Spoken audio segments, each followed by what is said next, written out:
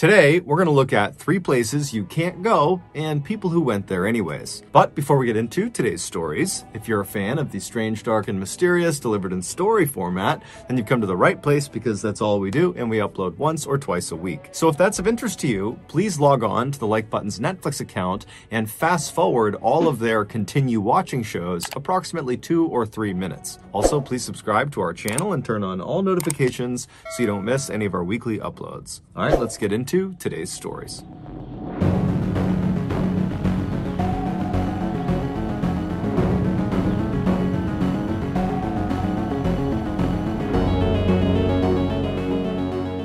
Located on the far northern tip of Maine, right on the border of Canada, lies a small rural town called Van Buren. Van Buren is home to about 2,000 people who, for the most part, have lived in Maine for their entire lives, and they tend to be very rugged and very competent people. But unless you live in Van Buren or know someone in Van Buren or have family out there, there's no reason you would have heard of this particular town. Nothing really happens in this town, at least nothing that makes headlines. However, that would change. In 2019, Van Buren made international headlines because of one man, Ronald Sear. As a young man in the 1950s, Ronald Sear joined the Air Force and fought in the Korean War. And then after he got out of the military, he moved back to his hometown of Van Buren, Maine, and he moved into a very modest 2-story home right near town.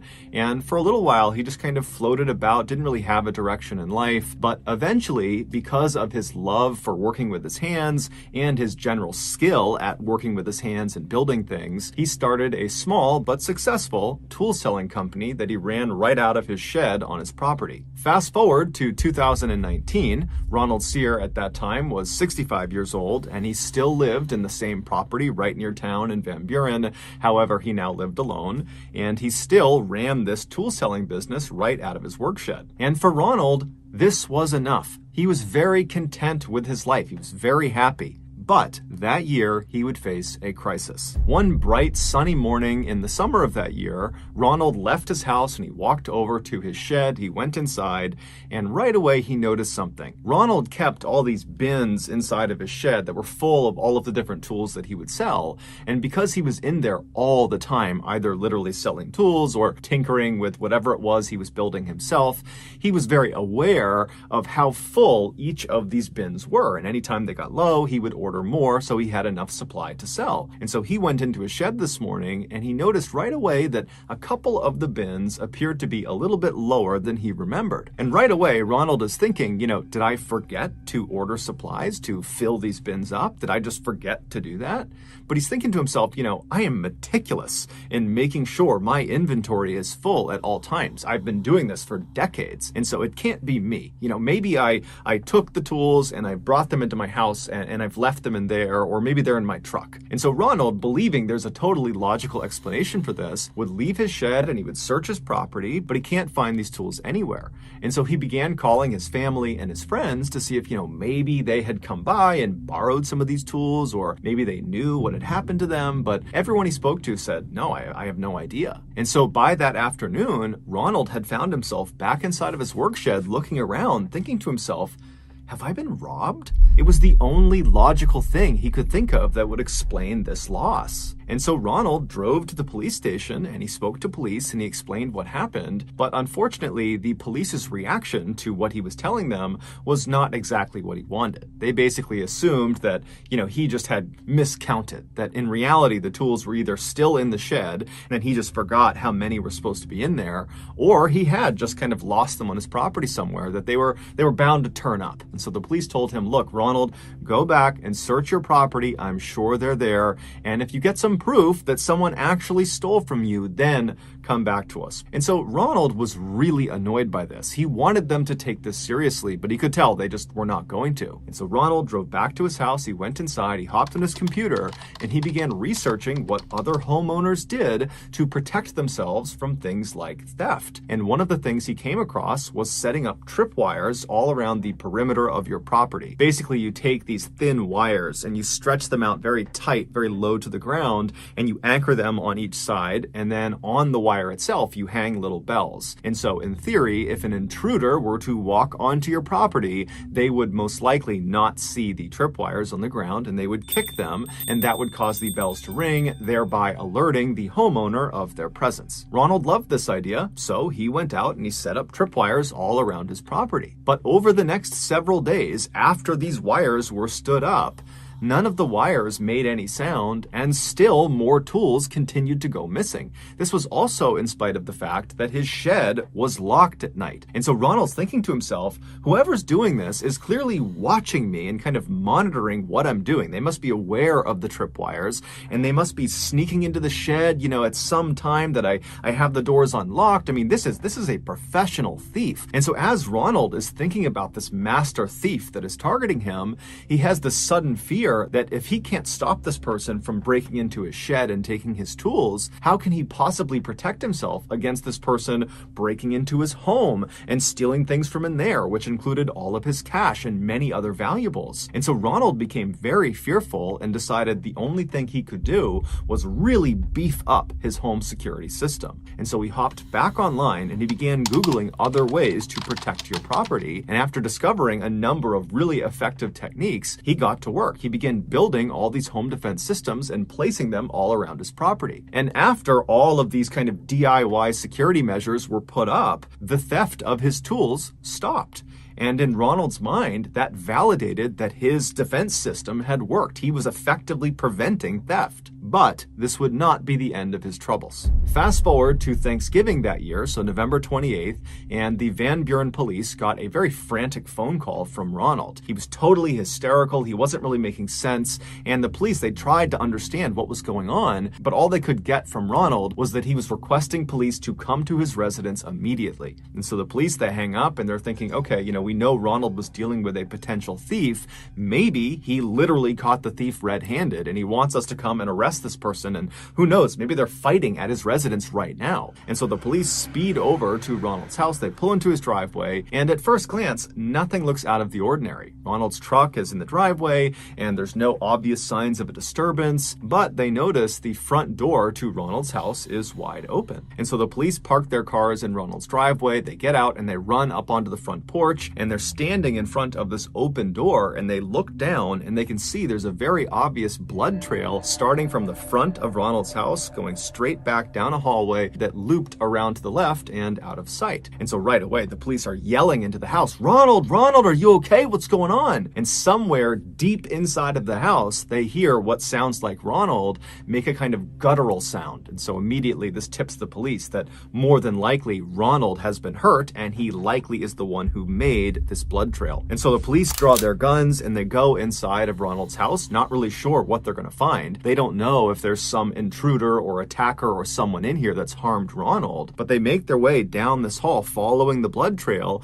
They turn the corner, and then sitting at the end of the blood trail is Ronald. He's sitting down with his back to some cabinets in the kitchen, and he's clutching his midsection. He is covered in blood. He's completely pale. And so right away, the officers call in backup, but then as a security measure, they search the rest of the first floor to make sure there is no other person here. There was no one on the first floor. They went to the second floor. They peeked around up there. They didn't see anyone. So they rushed back down to Ronald, who's still just sitting there, and they begin administering first aid, and they're trying to get him to explain what happened. How did you get hurt? But Ronald is clearly in shock. He's kind of in a daze. He's not making sense. And then by the time the paramedics showed up just a couple of minutes later, Ronald had slipped into unconsciousness. When Ronald was wheeled out of the house, the responding officers and the backup officers, who by now had arrived, decided to search the rest of Ronald's house to see if there was some clue as to what had happened. And so they began searching in the kitchen, looking around, but there wasn't anything that stood out to them. And then they began walking around towards the living room.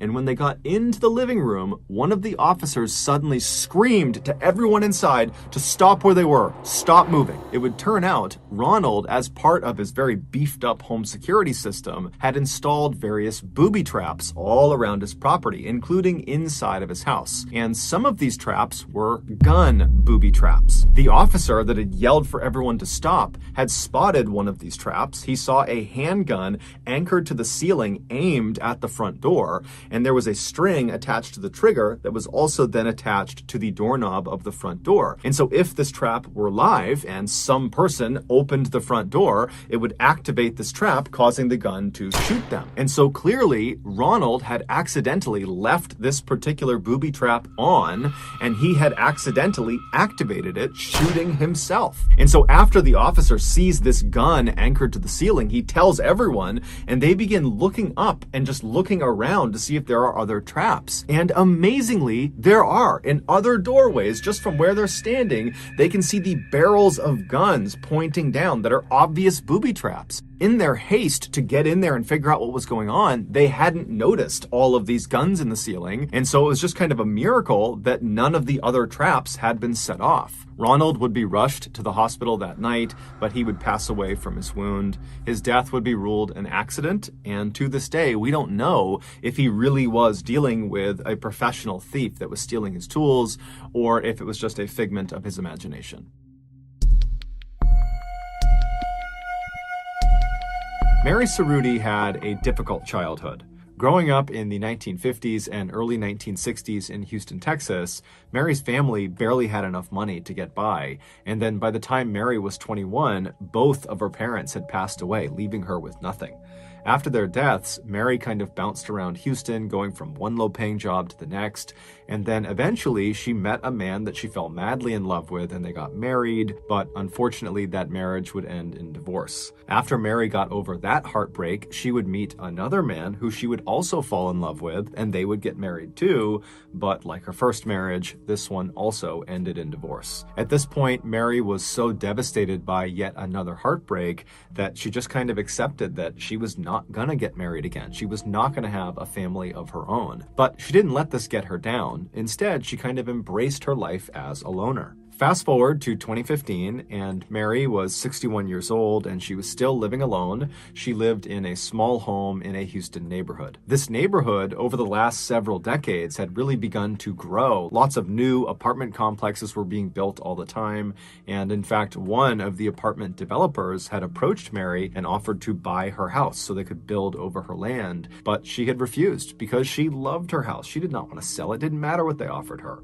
And so she was the only house in this long stretch of apartment buildings that didn't sell. But Mary kind of liked it. She wrote in her diary that her bungalow was like a castle, and all these apartment buildings all around her were her castle walls. Mary didn't really have much contact with other people. She didn't have a consistent job, so she didn't have relationships with coworkers. She didn't have much contact, if any, with her living family, and she really didn't have any friends, with the exception of one woman who was in town who owned an arts and crafts shop, who Mary would periodically go into town and say hello to. But despite all that, Mary was not lonely. She had lots and lots of cats, and she loved cats. Anytime she saw a stray cat out in the neighborhood, Mary would get the cat food and water, and then eventually would try to coax the cat to come into her house, and then when it did, she would win the cat's trust, and then she would give it a place to live, and she would feed it and take care of it. And so before long, she had dozens of cats living in the house with her. And so these cats kind of became Mary's best friends, and so she rarely left the house, if ever. She mostly just stayed in the house with them. In February of that year, one of Mary's neighbors happened to be walking by her property, and they looked over and they saw a stack of mail had grown on her front porch, indicating that Mary had not opened her door to get her mail. And this neighbor also noticed that while Mary's property did tend to get a little bit overgrown with the trees and the grass, it was exceptionally overgrown, like no one was even trying to take care of it. And so this neighbor was concerned that maybe something had happened to Mary, and so they opened up her fence, they walked across the yard, they went up onto the porch, and they knocked on the front door, but it was silent. And so this neighbor kind of leaned over and looked in the window that was just to the left of the door to see if maybe they could look inside, but there was a curtain drawn across that window, so they couldn't see anything. And so the neighbor tried knocking on the door one more time, but again, met with silence. And so after standing there for a minute, the neighbor left the front porch and walked around to the side of the house to see if maybe they could look in one of those windows, but when they went around to the side, those windows were covered with curtains too. So the neighbor walked back to the front of the property and just stood there looking at the house, wondering what they should do. And something told them that something's off, something's wrong, someone needs to make sure Mary really is okay. Someone needs to get inside of this house. And so the neighbor called the Houston police and explained the situation. A few minutes later, the Houston police arrived and they too went right up onto Mary's porch. They knocked on her door. It was met with silence. And so after that, the police talked to one of the other neighbors and got a key that Mary had apparently given them previously. And the police went back to Mary's front door. They used the key. They unlocked the door. They opened it up. And right away, they were hit with this horrible smell coming from inside the house. The police pushed the door the rest of the way open and they stepped inside and they yelled out for Mary, but it was silent. And then before the police even began walking around looking for her, they looked off to their left and the right inside of the house, and they saw there were all these dead cats all over the ground. And so the Houston police didn't know what happened to Mary, but right away they're thinking, okay, we've seen scenarios like this before where someone who lives alone that no one really checks on dies unexpectedly, and then when they pass away, all of their pets are trapped in the house, they're not getting fed, and so they pass away too. And so the police at this point are fully expecting to find Mary's dead body somewhere in the house. And so they begin walking through the house looking for it. But after searching the house top to bottom, they could not find Mary. And so the police leave Mary's house. And at this point, there are people outside gathered because they see the police cars. And so the police grabbed a couple of the neighbors and they asked them, do you know anything about this woman? Did she say anything about where she was going? Did you see her leave at any point? And the consensus amongst the neighbors they spoke to was that Mary basically kept to herself. She did not travel. She didn't go anywhere. She mostly just stayed in her house with her cats. And so it was very unlikely that she would have just abandoned the property and abandoned her cats because she loved them so much. And so the police at this point are thinking, okay, she's got to be in this house somewhere. And so the police called a few more officers to the property, and the group went back inside of Mary's house, and they really looked for Mary, thinking that, maybe she slipped into a closet and that's where she passed away, or, maybe she's just hidden somewhere in the house. And so they really kind of ripped the house apart looking for her. But again, there was just nothing. And so after they finally stopped the search without finding Mary, the police contacted Mary's extended family and they asked them the same questions. Did Mary say anything about a trip she was going to take? Is there any reason she would just abandon her property? And they all would say, look, we don't talk to Mary. We don't know where she went. We have no idea. And so for a little while, the Houston police continued to search for Mary in and around Houston.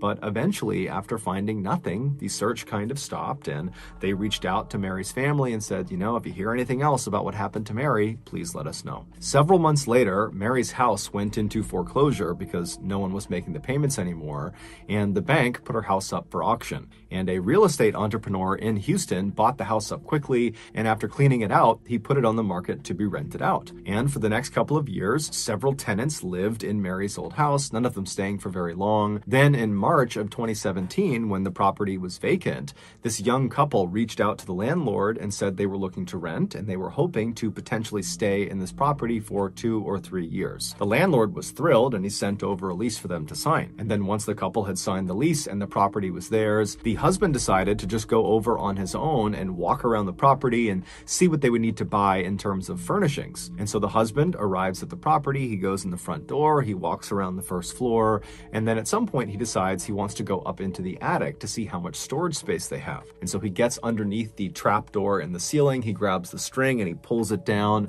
revealing this folded up ladder. He flips down the lower ladder piece and puts it on the ground, and then he began climbing up. Once he got up into the attic, he stayed standing on the ladder and just kind of scanned around, and he saw there really wasn't much up there. There was a couple of metal cages that appeared to have been for pets or something, but it was very dirty and dark, and it appeared like no one had really come up here in a long time. And he kind of assumed that, the other tenants weren't using this as a storage space. And so the husband was about to go back down the ladder when he noticed off to the right side of the attic, kind of far away from the ladder, right where the roof begins to pitch down, he saw one of the floorboards was kind of popped up like it shouldn't be. And he stared at it and he's looking around at the rest of the attic, and all of the floorboards were perfectly uniform, but that one was really jacked up. And so he was curious, and so he climbed up into the attic and he kind of stooped down and he walked over to this loose floorboard, and when he was standing over it, he could tell that this floorboard had kind of popped off of this hole in the ground, that the floorboard had been uncovering this hole. But the hole was dark, and so he pulled out his phone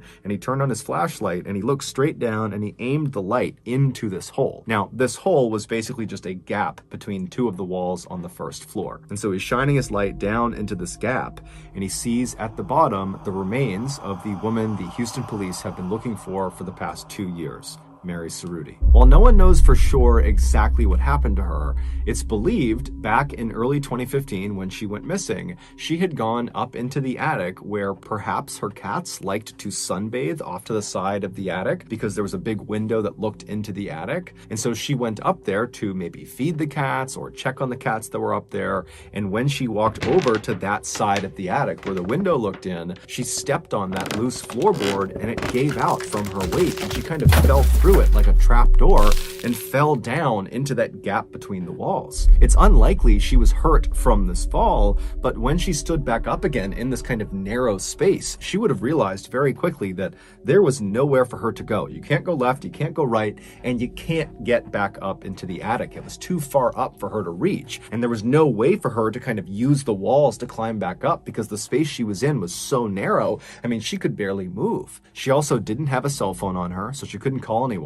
If she screamed out, no one would have heard her because she was behind several walls of insulation.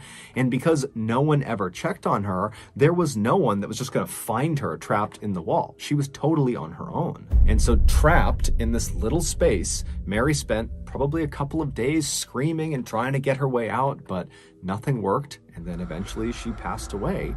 And then unfortunately, all of her cats did too. Her death was ruled an accident.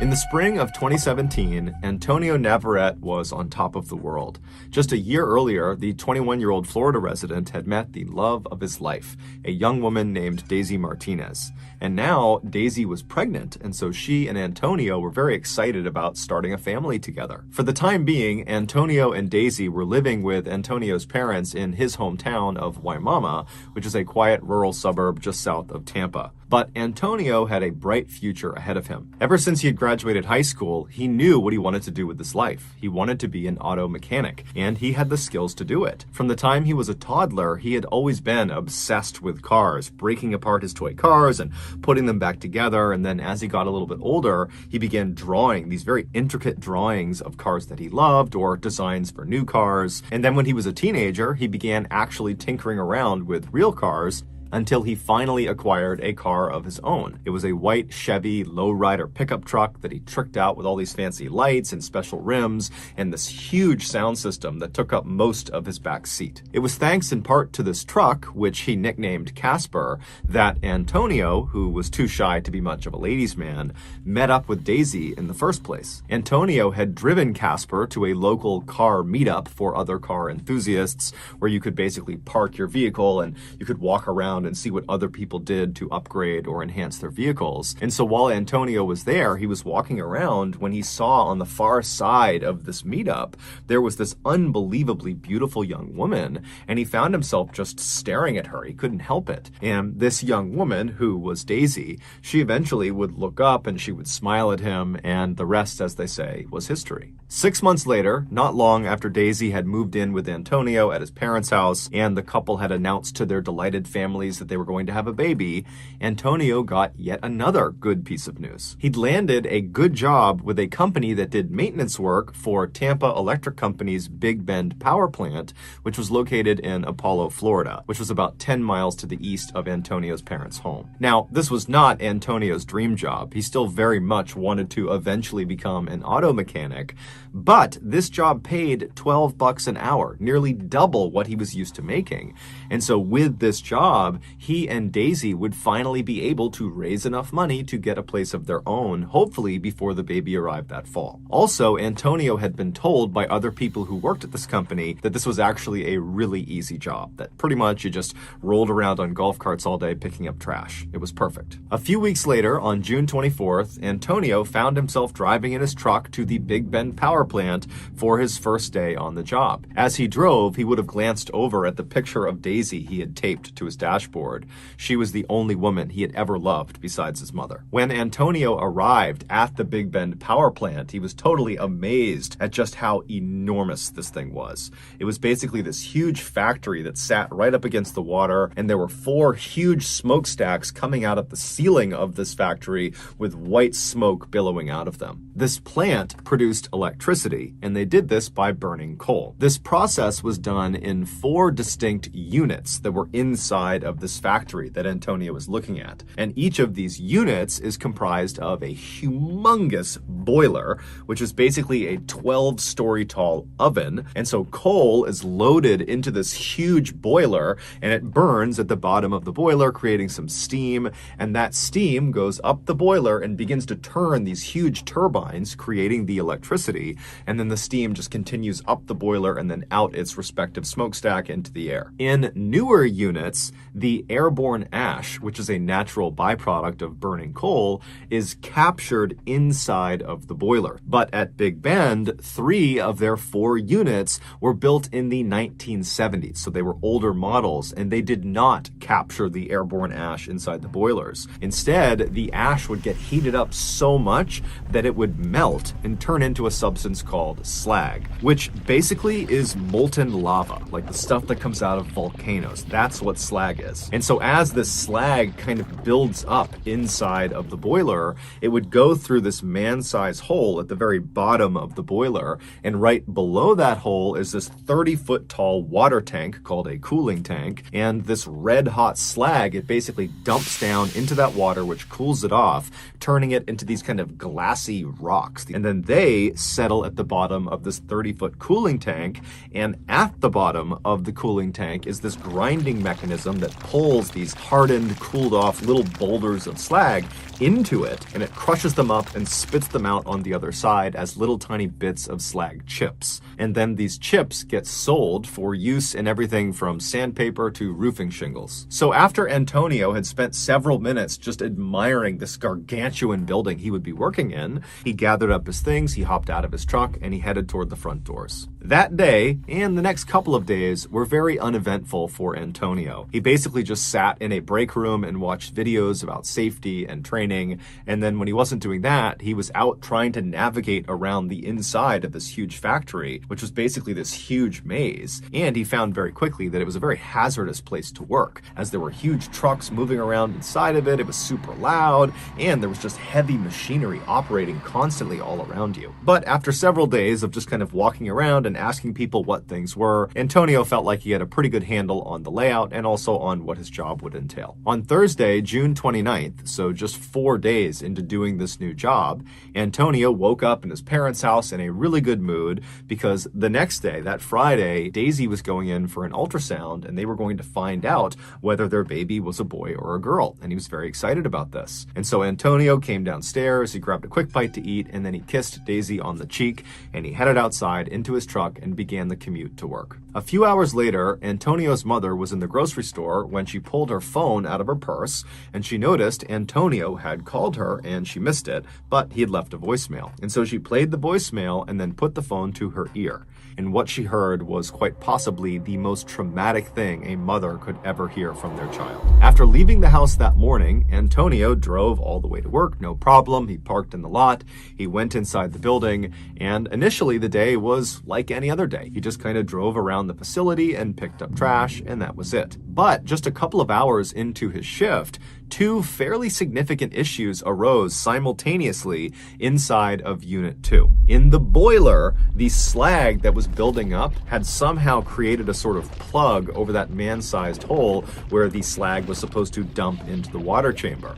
And so as more and more slag was being created as the ash melted, it wasn't draining into that chamber, and so all of this slag was just building up on top of itself inside of the boiler.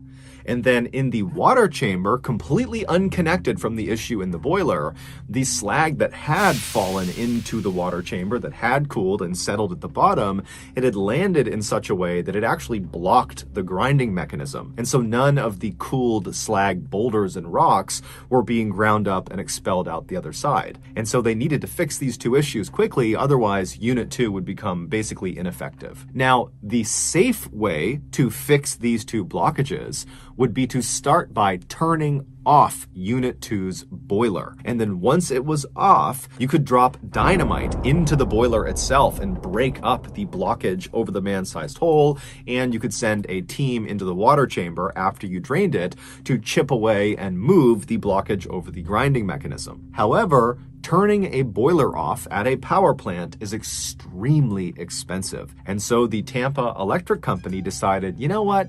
Let's just have them fix these blockages without turning the boiler off. And so at 4 in the afternoon, a senior plant manager rounded up 5 other employees, which included Antonio, to come with him and do these repairs inside of Unit 2. And so the plan was to empty all the water from the cooling chamber of Unit 2, and then once it was empty, they would open something called the doghouse door, which is on the outside of the cooling chamber towards the bottom. They would open that up, giving them a line of sight into the bottom of this cooling chamber where that grinding mechanism was, where all those slag rocks had kind of come to a stop on top of it, and they would fire water cannons into the bottom of this cooling chamber to attempt to dislodge these slag rocks off of the grinding mechanism. And then after they cleared that blockage, they would shut the doghouse door and they would somehow deal with the blockage inside of the boiler. But that felt like a secondary issue. They needed to make sure the grinding mechanism was cleared before they did anything else. Now, you need to understand that this company had asked their employees to do this type of repair before, to do it with the boiler still on, and in the past, nothing bad had ever happened, and so these 6 guys, including Antonio, must have thought this was just totally routine, that we would never be asked to do something like this if it was extremely hazardous. But it would turn out what they were doing, making these repairs with the boiler still on, was quite possibly the most hazardous thing they could possibly do at this plant. But either way, the 6-man team made their way over to Unit 2, and they began taking up positions with their water cannons right in front of the doghouse door. Antonio's job for this operation was actually not to be involved in getting the slag free. He was just going to be there to clean up during and after the operation. And so he stood kind of in front of the doghouse door, but maybe 10 or 15 feet back, just kind of standing back, watching the other guys do their jobs. Now, you need to understand the scale of the machinery in front of Antonio and these other men. You have the water chamber, which is 30 feet tall, and then above the water chamber is the 12-story tall boiler that is still on. So there's coal actively burning inside of it. There's red hot slag, so like lava, just kind of tumbling around inside of it. And the steam inside of this boiler is well over 1,000 degrees Fahrenheit. And so they are dwarfed by this totally dangerous piece of machinery. But eventually, their operation begins. The senior plant manager has the water chamber drained, and then after it's empty, they open the doghouse door, and Antonio watched as the other 5 men took turns with their water cannons, firing them through this door at the big slag rocks that are sitting on top of the grinding mechanism. And it wasn't really working that well, but they were starting to make some progress, and Antonio likely was just kind of getting bored waiting for this to be over, because there really wasn't much for him to do. There wasn't much cleanup. And then as he's standing there, something horrible happened. Because the boiler had been left on, all that ash was still getting melted and turned into slag. And the slag was not being drained because that plug had formed over the man-sized hole in the boiler. And so you have all this slag that's building up. It's getting heavier and heavier and heavier. And about 20 minutes into their cleanup operation, the weight of all that slag broke through that plug, immediately creating an opening where all this red hot slag, this lava, came tumbling down. It rebounded on the back end of the empty water tank and shot out of the doghouse door like a tidal wave of hellfire. And in seconds, thousands of gallons of this lava-like substance was all over all 6 men. It was like a wave going over them. And then after the slag hits the ground, they were all standing in 6 inches of basically lava that stretched in 40 feet in any direction. Now, unlike trying to run in, let's say, mud or deep water where you're just kind of moving slowly, every step you take in this slag, basically your foot melts into the slag. So with every step, your shoe melts, then your skin melts, then your bones melt into this substance. And so all these men, after immediately being hit with this stuff and catching on fire, literally, they likely tried to start running, but it was like their bodies were slowly consumed by this slag feet first. And so Antonio tried to run like the rest of them, but he couldn't go anywhere and he fell onto the slag. So he's laying on his side, and as he's melting and burning to death, he reaches into his pants pocket with his free hand and he pulls his phone out and he calls his mother. She doesn't pick up, and so he leaves her a voicemail, and all he says is, "Mom, I'm burning. Please call the cops. Please, Mom." And in the background of this voicemail, all you hear is the hissing sound of the steam and slag pouring out of the boiler. In total, 5 of the 6 men that were a part of this repair operation would be killed from this tidal wave of slag. Antonio would be one of them. Tampa Electric would end up paying out a settlement to each of the families of the deceased. So that's going to do it, guys. If you got something out of today's episode and you haven't done this already, please log on to the Like Button's Netflix account and fast forward all of their continue watching shows approximately 2 or 3 minutes. Also, please subscribe to our channel and turn on all notifications so you don't miss any of our weekly 1 or 2 video uploads. We now have a podcast that puts out brand new, never before heard stories every Monday morning. We also put out a remastered version of the audio from a popular YouTube video on Thursday mornings. And so that podcast is just called the Mr. Ballin Podcast. You can find it on Spotify, Apple, Amazon, Google, anywhere you get your podcasts, you can find it there. If you want to get in touch with me, you can send me a direct message on any major social media platform. My username on all of them is just Mr. Ballin, and I do check the majority of my DMs. We have 2 additional YouTube channels. One is called Mr. Ballin Shorts, and we post short random videos and lost episodes. And the other channel is a Spanish language channel, and it's just called Mr. Ballin en Español. We also have a Facebook page just called Mr. Ballin that puts out near daily content. We also have a Snapchat channel just called Mr. Ballin that puts out content on Sundays. We also have some really cool merchandise, so if you want to have a look at that, go to shopmrballin.com. And if you have a story suggestion, please submit it to our subreddit just called Mr. Ballin. It's linked in the description below. So whether I see you on Twitter, Instagram, TikTok, Reddit, YouTube, Facebook, podcasts, additional YouTube channels, wherever, just know that I really appreciate your support. And until next time, that's going to do it. See ya.